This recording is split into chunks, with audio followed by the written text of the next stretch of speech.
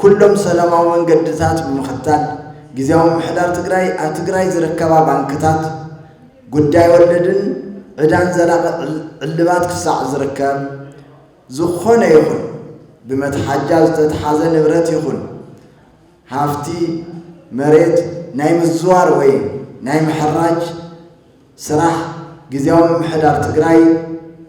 ጠጠው ክብሉ ሓላፍነት ንኽወስድ ንሓትት መንግስት ፌደራል ብተደጋጋሚነት ጸገም ንምፍታሕ ቃል ካብ ምእታው ብዘለለ ነቲ ኢኮኖሚያዊ ሕቶ ኣብ ክንዲ እኹል ትኹረት ይብካ ምላሽ መሃብ ምስ ዘሎ ኩነታት ትግራይ ብምትሓዝ ነቲ ጸገም ማሕበረሰብ ንግዲ ከም መትሓጃ ናይ ምግባር ኩነታት ግቡእ ስለ ዘይኮነ ብፍላይ ክቡር ቀዳማይ ሚኒስትር ኢትዮጵያ ብቐጥታ ፖለቲካዊ ፍታሕ ብህጹጽ ክህቡና ንጽውዕ ካቢኔ ጊዜያዊ ምሕዳር ትግራይ ጸገማት ማሕበረሰብ ንግዲ ትግራይ ደረጃ በደረጃ ንምቅላል ኣብ ስራሕ ዝረኣዩ ዝንጋዕ ዋጋ እናኽፈለና ስለ ዝርከብ ሕቶና ኣወንታዊ ምላሽ ንኽረክብ ብበዓል ዋናነት መንፈስ ንኽሰርሕ ንሓትት ኣብ ትሕቲ ወረርቲ ሓይልታትን መዕቆቢ ማእኸላትን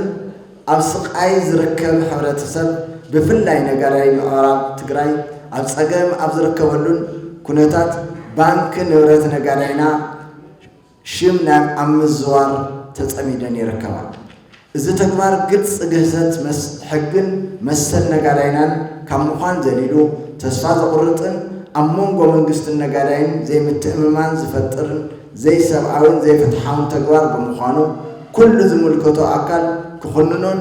እኹል ቆላሕታ ብምሓብ ክሰርሕን ክፈትሕን ንሓትት መመሓየሺ ግብሪ ኣዋጅ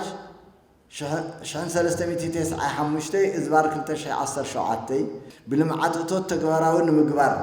ዝግበር ዘሎ ምጉያይ ብትሪ ንኹንን